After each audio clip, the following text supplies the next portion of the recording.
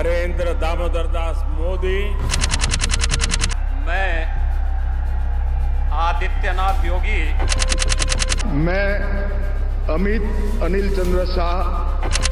सभा में नेता प्रतिपक्ष राहुल गांधी ने हरियाणा विधानसभा चुनाव का हवाला दिया और हवाला देते हुए वोटर लिस्ट में भारी गड़बड़ी और वोट चोरी का आरोप लगाया। Stated that Prime Minister Narendra Modi had betrayed the youth of the country with his 2 crore jobs promise.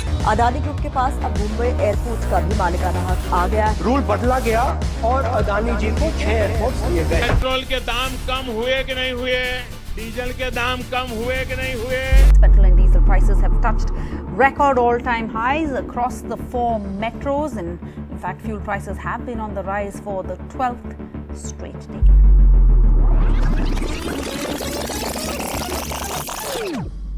अगर आप एक मोदी भक्त हैं तो ये वीडियो अभी छोड़कर चले जाएं, क्योंकि मित्रों यूं तो बहुत सी चीजें हैं मेरे पास बोलने के लिए। Narendra Modi. Narendra Modi, Narendra Modi. Narendra Modi. लेकिन आज एक सवाल है, क्या बीजेपी का एंड शुरू हो गया है? क्या मोदी सरकार का ट्रस्ट पूरी तरीके से कोलैप्स हो चुका है? ये सवाल वो सवाल है जो धीरे से ही सही पर अब पूरा देश पूछने लगा है। मोदी जी कह रहे हैं मैं सपने पूरे करूंगा गरीबों के।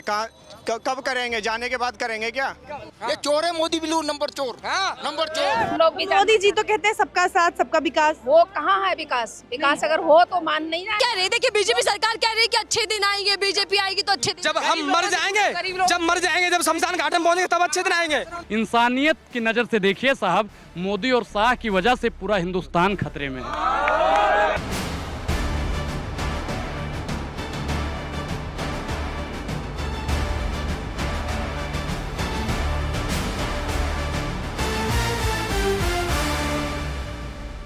मित्रों ये कोई नॉर्मल पॉलिटिक्स की वीडियो नहीं होने वाली। इसमें हम बात करेंगे उन क्रैक्स की, उन पैटर्न्स की और उन गलतियों की जिन्हें बीजेपी ने खुद इग्नोर किया है और जिसकी वजह से आज बीजेपी अपना ट्रस्ट लूज कर रहे हैं। ये बात है 2013-2014 की, जब भारत को कांग्रेस से हटके एक नया लीडर मिलता है और तब एंट्री होती है नरेंद्र मोदी की, एक होप और काफी सारे प्रोमिसेस के साथ। उस समय कांग्रेस को कोसने के अलावा मोदी जी कुछ अहम चीजों पर बोला करते थे, जैसे कि इंडियन करेंसी की घटती हुई वैल्यू, पेट्रोल के दाम कम होना, महंगाई कंट्रोल करना, आम आदमी को राहत मिलना और 2 करोड़ जॉब्स का वादा करना। ये सब सुनकर पब्लिक ने नरेंद्र मोदी पर भरोसा किया और उन्हें देश का प्रधानमंत्री बना दिया और बीजेपी को देश की रूलिंग पार्टी चुना। नरेंद्र मोदी अगले 5 साल के लिए देश के प्रधानमंत्री होंगे। और धीरे धीरे देखते देखते मोदी और बीजेपी की इमेज देश में ऐसी बन गई कि लोग सीधा सीधा बोलने लगे, मोदी से जो टकराएगा वो खाक में मिल जाएगा।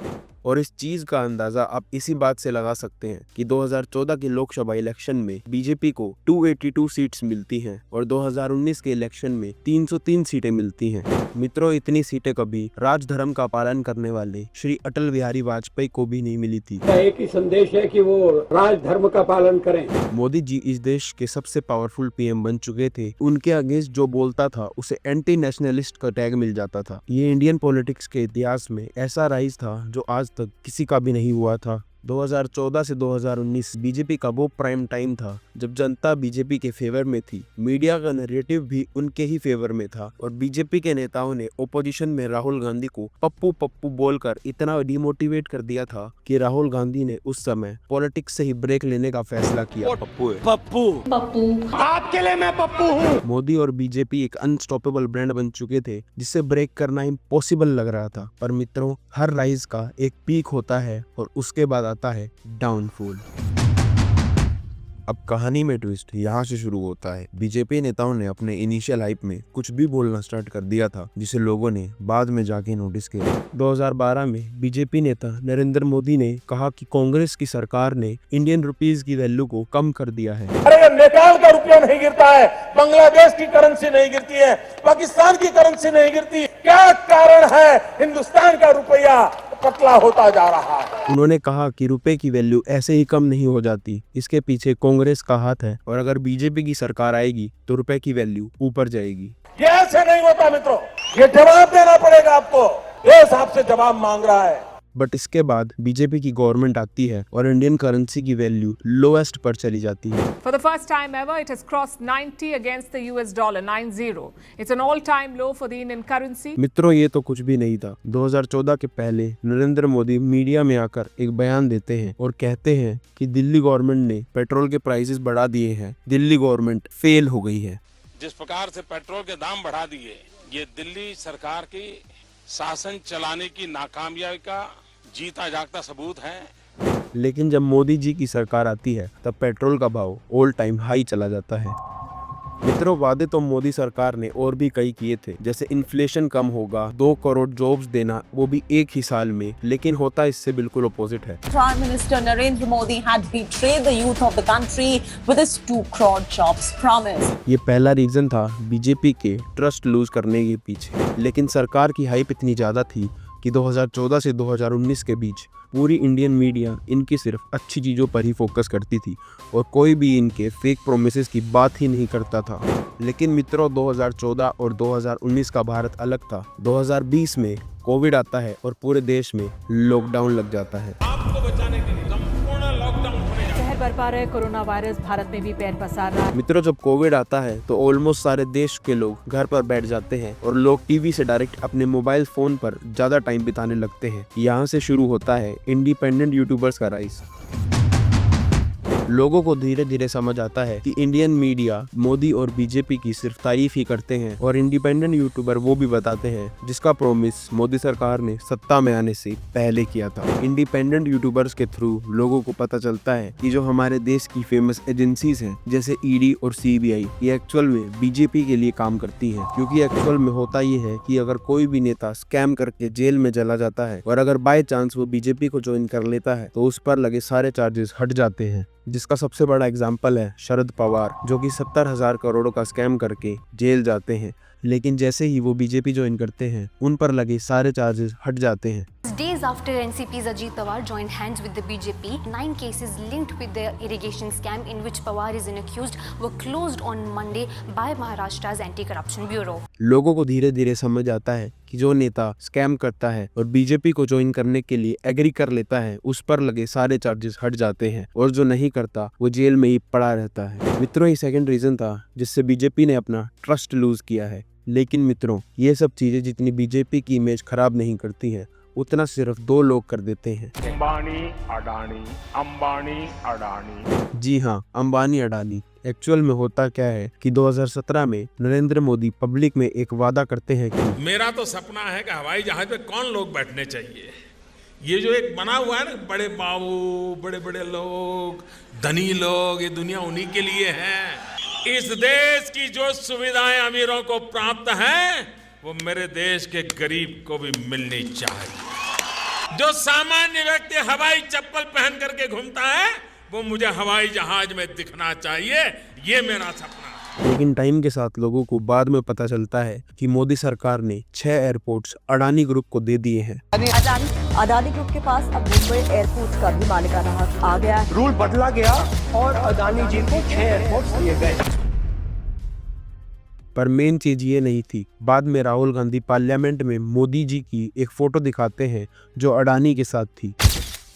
ये फोटो काफी वायरल होती है और लोगों में एक नैरेटिव सेट हो जाता है कि मोदी का प्लान बड़ों को और बड़ा करने का है, ना कि हमारे देश के गरीब को ग्रो कराने का। नोटबंदी वाले प्रधानमंत्री ने बोला कि अडानी और अंबानी काला धन देते हैं, तो आपने उन पर सीबीआई ईडी की इंक्वायरी क्यों नहीं कराई? मोदी की पार्टी कोविड वैक्सीन बनाने वालों से जब आप लोग मर रहे थे तब पैसा ले रहे थे। थर्ड रीजन बनता है कि लोगों का ट्रस्ट बीजेपी से थोड़ा हिलने लग जाता है। धीरे धीरे जो हमारे देश के युवा हैं, जो हमारा यूथ है, जिन्हें अब हम जेनजी बोलते हैं, उन्हें ये चीज नोटिस होती है कि मोदी सरकार धर्म और बाबाओं के नाम पर अपनी पॉलिटिक्स को चलाती है। एक्चुअल में होता क्या है, बीजेपी सरकार इलेक्शन से पहले इनॉग्रेशन कर देती है राम मंदिर का, और इनॉग्रेशन भी तब किया गया जब मंदिर ठीक से बना भी नहीं था। The Ram Mandir becoming the biggest narrative of the Bharatiya Janata Party. The Ram Mandir delivered right now. लेकिन बवाल तो तब होता है जब देश के काफी साधु और शंकराचार्य राम मंदिर में आने से मना कर देते हैं। गर्भगृह में वो लोग रहेंगे और बाहर ताली बजाते हुए हम शंकराचार्य रहेंगे, यह क्या शास्त्रीय मर्यादा है? इसके बाद लोग भड़क गए और सबको समझ आ गया कि बीजेपी ने मंदिर का उद्घाटन सिर्फ इलेक्शन जीतने के लिए और लाइमलाइट में आने के लिए किया था। इतना ही नहीं, अब आते हैं हम बाबा लोगों पर, लेकिन उससे पहले आप ये क्लिप देखिए। मेरे छोटे भाई काफी समय से एकता के मंत्र को लेकर लोगों को जागरूक करते रह रहे हैं। मित्रों, जिस बाबा को मोदी जी अपना छोटा भाई बता रहे हैं, वो बाबा क्लेम करते हैं कि वो किसी भी इंसान का फ्यूचर देख सकते हैं और इवन भूत प्रेतों का भी इलाज कर सकते हैं। और इससे आगे भी ये बाबा हिंदू राष्ट्र के नाम पर लोगों को हिंसा करने के लिए कहता है। हम हिंदू राष्ट्र बनाकर रहेंगे। कुछ दिलो कायरो जग जाओ, अब सब हिंदू अपने हाथ में हथियार उठा लो। धर्म के लिए अगर हिंसा करनी पड़े तो वो हिंसा नहीं है। शस्त्र और शास्त्र दोनों क्यों नहीं होने चाहिए? शस्त्र और शास्त्र। मित्रों, मोदी जी इन बाबाओं को अपना छोटा भाई इसलिए बताते हैं क्योंकि ये बाबा लोगों के पास काफी बड़ी ऑडियंस होती है जो इनकी बातों पर अंधा विश्वास कर लेती है। और मोदी सरकार के लिए यही लोग एक काफी बड़ा वोट बैंक जैसा काम करते हैं। और ऐसा ही सेम रामदेव और आसाराम बाबा भी थे। बाप रे बाप, नए नए बंदे भी आए, बंदियां भी आई है, नई बंदियां भी आई है, नई। इन लोगों के पास भी काफी बड़ी ऑडियंस थी अपने टाइम पर, जो कि मोदी सरकार के लिए काफी बड़ा वोट बैंक थी। तब मोदी जी खुद स्टेज पर बोला करते थे इन बाबाओं के बारे में। मेरा अवसर सौभाग्य रहा है कि जीवन में जब कोई नहीं जानता था, उस समय से बापू के आशीर्वाद मुझे मिलते रहे हैं, स्नेह मिलता रहा है, आज भी उतना ही स्नेह मिल रहा है। लेकिन जब लोगों को इन बाबाओं की सच्चाई पता चली, जैसे आसाराम बाबा का कांड। आसाराम के गुरुकुल में पढ़ने वाली आसाराम जो कि जेल के अंदर है, आसाराम बापू को लेकर जा रही है। आसाराम को समन दे ही दिया। आसाराम पर रोज नए नए आरोप सामने आ रहे हैं। आसाराम पर नाबालिग से बलात्कार का आरोप। और रामदेव बाबा की पतंजलि कंपनी को 2000 करोड़ से 70,000 करोड़ तक पहुंचाने की हेल्प भी मोदी सरकार ने ही की थी। महंगाई, बेरोजगारी, गरीबी, काला धन, इनके ऊपर कभी भी सोनिया गांधी जी बोली? राहुल गांधी जी ने मुंह खोला? मैं बाबा रामदेव जी को सालों से जानता हूं। आपके मतभेद हो सकते हैं रामदेव बाबा के संबंध, अगर भ्रष्टाचार के खिलाफ आवाज उठाना गुनाह है तो वो गुनाह हमें भी मंजूर है। हमको भी भगवान ने धरती के ऊपर चुन के भेजा है कि जाओ बेटा, काला धन लाओ, भ्रष्टाचार मिटाओ। और अब 11 साल बाद आप पूछ सकते हैं कि देश को करप्शन से मुक्ति दिलाने और काला धन वापस लाने वाले भगवान के चुने हुए लोग आज कहाँ है? वो कहाँ है?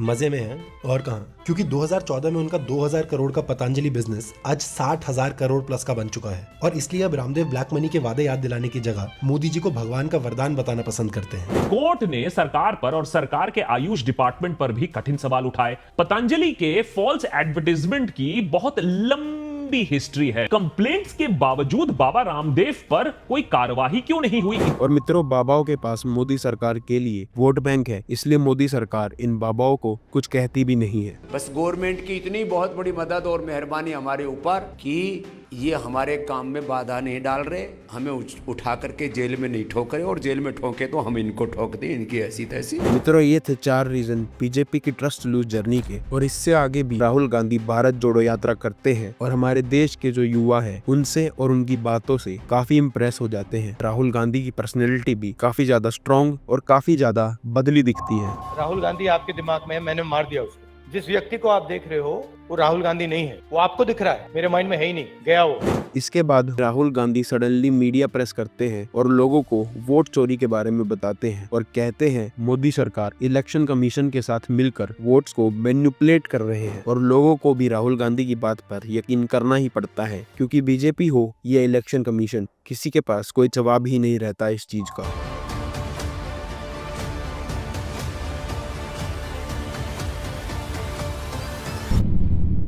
ये वो समय आ गया था जब लोगों को समझ आता है कि बीजेपी सच में वोट चोरी करती है और धर्म के नाम पर अपनी पॉलिटिक्स खेलती है और इनके सारे प्रोमिसेस फेक और झूठे हैं। इसलिए 2025 के बिहार इलेक्शन से पहले बीजेपी को पता था कि बिहार के लोग, स्पेशली जो यंग वोटर्स हैं, वो उनको वोट नहीं देने वाले राहुल गांधी के वोट चोरी एलिगेशंस के बाद। इसलिए मोदी सरकार कहानी में ट्विस्ट लाती है और बिहार में 75 लाख महिलाओं के अकाउंट में 10,000 रुपए डाल दिए जाते हैं और बाद में इसे एक योजना का नाम दे दिया जाता है। बीजेपी ने अपने वोट्स को सिक्योर करने के लिए एक ही दिन में 7,500 करोड़ रुपए खर्च कर दिए और बाद में उनकी मिलीजुली सरकार में नीतीश कुमार ने भी 20 लाख महिलाओं के अकाउंट में 10,000 रुपए ट्रांसफर कर दिए। और मित्रों, इतना ही नहीं, इसके बाद वही हुआ जो अब आप सोच रहे हैं। बीजेपी बाकी पार्टी से एक तरफा जीत जाती है।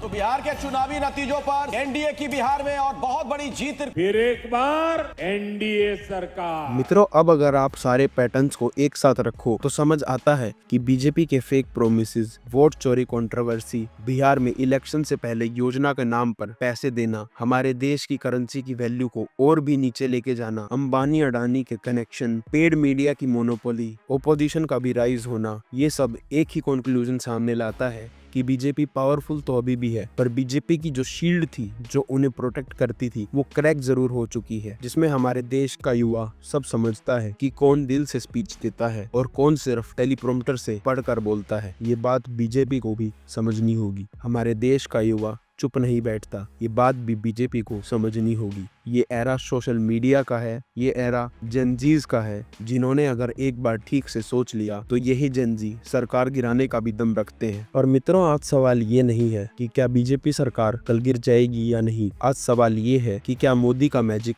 देश और देश के लोगों की नजरों में फेड हो रहा है। क्या इंडिया सच में एक नए पॉलिटिकल शिफ्ट के एज पर खड़ा है। आप अपनी सोच कमेंट्स में जरूर बताइएगा। आज ब्रूटली ऑनेस्ट में इतना ही, फिर मिलेंगे सोच अनफिल्टर्ड में किसी एक नई सोच के साथ। Big thank you for being here.